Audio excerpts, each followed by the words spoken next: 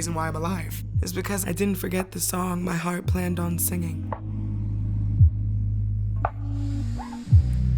Look at what the Lord has made from His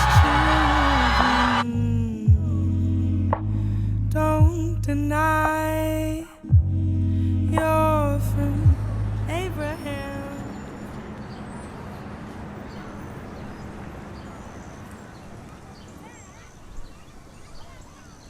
I am a Harlem native, a poet, musician, an educator, and a black woman who loves being black. Say you're a dreamer. Have you been sleeping? Missing all the good things, dreaming. Say you've been thinking.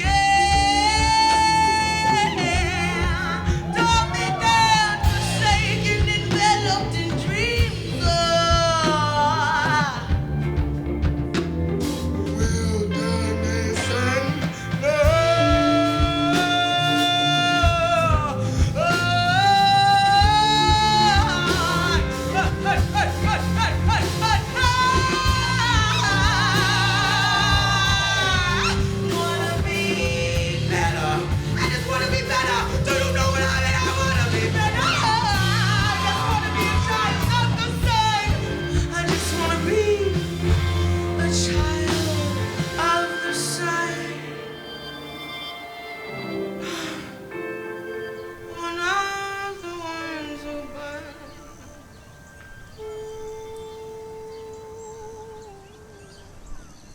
When I was a child, writing poetry was where I really found myself and allowed myself to feel safe in all of these incredibly dangerous situations.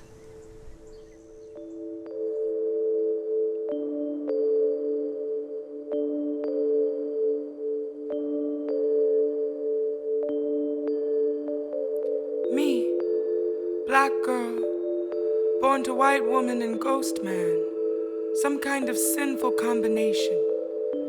They lost me to the hands of the state. She exchanged her language for vodka slur and borrowed intimacy. He, simply a bedtime story. I tried 13 times to belong in homes that weren't mine. Adopted into poverty. Body, oh baby, learning to walk with no feet. Body, oh baby, sacred limbs, twisted literacy.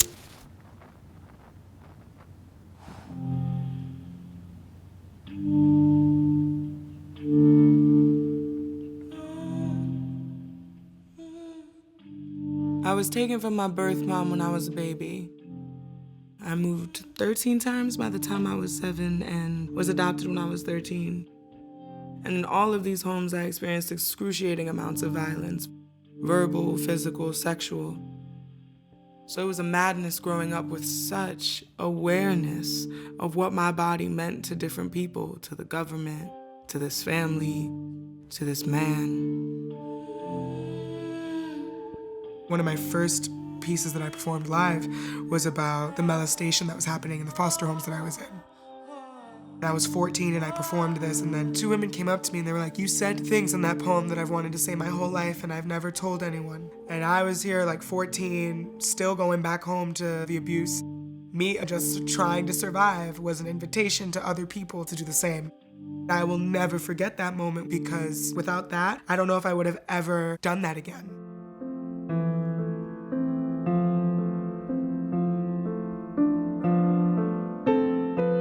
My work is about reconciliation between me and my blackness, me and my skin, me and the language that I use, me and my name.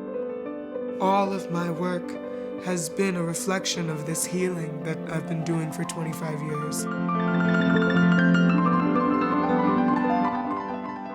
Maybe we can talk for a minute. Do you want me to unison you? Let's just make a little rough sketch. It doesn't need to be exact. And then I want to get to the, I want it to love, want it to be love. Maybe we can talk for Well, or 'cause we're older now.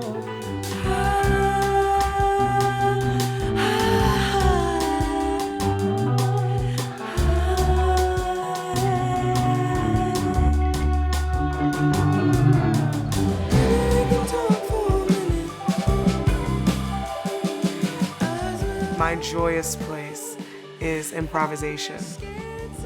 It's like everyone's going off of instincts and we're all saying that everyone's instincts are correct. I'm freest when I'm around people who know how to do that.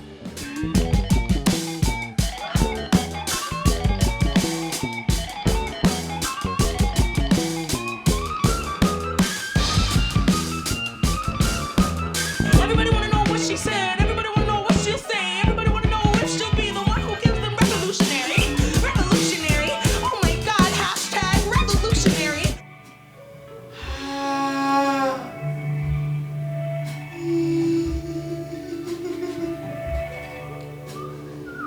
The three things I pay most attention to are words, breath, and silence. I have so much power as a performer.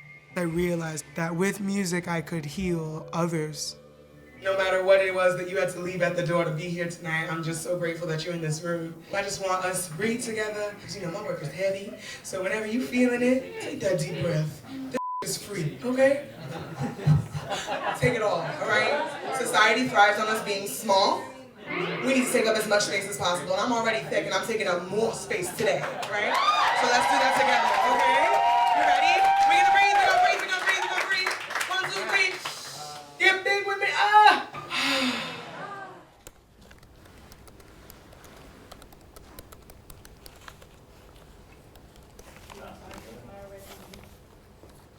Okay, this is what came first. Okay, and the story began. I wrote a theater piece about being a black woman. And then can I see so this is good. I realized, like, okay, if I want to talk about the intricacies of black womanhood, I can't just talk about myself. I got to start talking to more black women. Brown girl believes she is devil. Brown girl is devil. Brown girl waits for God. And we can have that little light. You know, it's like what happens when black women are in a room together and they just speak. The dinners would go for 3 to 7 hours. The longest one I think was 11. And then we'll drop. When we drop, we have a blackout. Brown girl begs for light in the morning, 'cause mama no black. And the conversations I had were heavy. And the piece that therefore resulted was excruciating. I wanted to scream until my voice broke and bled and bled. I wanted to bleed. I wanted to call my mother. I wanted her to answer. I wanted her to tell me that None of this was real. I wanted her to tell me about heaven. I wanted her to tell me it was worth dying for. They run, they safe place, they danger. We did it 5 times, and every single time it felt like I died and came back to life. They forgiveness, they weakness, they beginning, they end.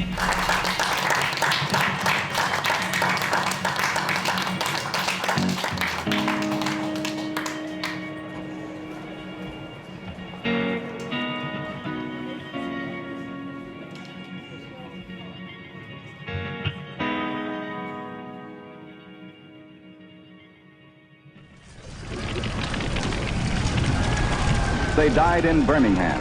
Dynamite exploded on Sunday morning, killed 4 little girls, injured 20 other Negroes. It was one of more than 40 bombings. Kids were murdered in Sunday school in a Christian nation, and nobody cares. Burning in Birmingham is a song I wrote inspired by the 1963 church bombings and Nina Simone. And when these kids got bombed, I just sat down and wrote this song.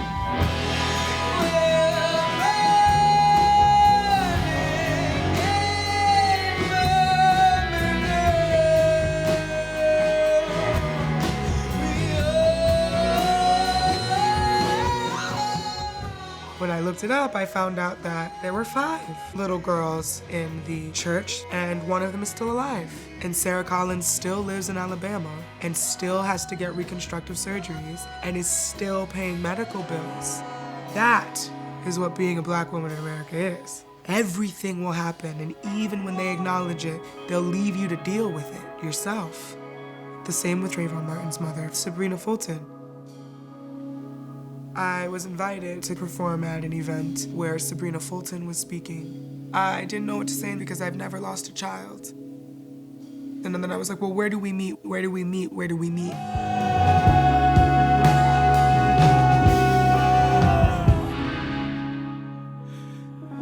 I've been here before. This place is the opposite of light. To love in a world like this is to love without breathing. Sometimes I love without breathing. Burning in Birmingham was a form of bridging the history between something that happened 60 years ago, but also 400, and then something that happened yesterday. It's about cyclical genocide that's been going for centuries. Now, how we just forget the black women who've been carrying it all. But you know, I heard somewhere that black women are impossible to love. And I get that. 'Cause once we start to love you, your days are numbered.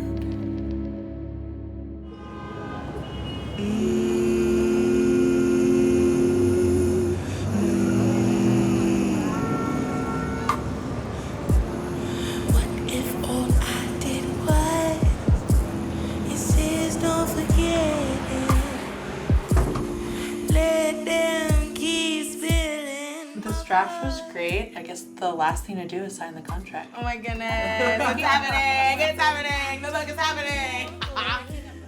Concrete Kids is a book of poetry and prose. It's looking at my life in Harlem, my life in foster care. Yes, there was bloodshed. Yes, there was laughter. I'm writing it for the child that I was, for my nieces and my nephews, and for all the people I was raised with, and for the educators who didn't know how to educate me.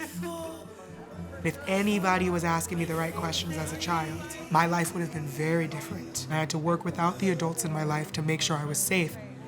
Toni Morrison, Maya Angelou, they made sure that I would know that my life was true.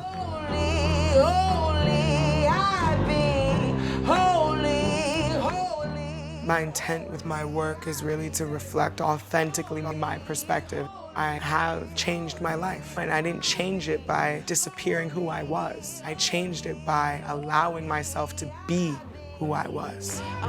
Yes, Harmony, come here. Come here, come. Oh, hold me. Yes. Welcome anytime.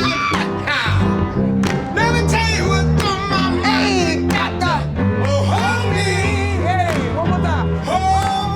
that I have to see myself reflected in the future, you know, and create that future with the people that are in my communities.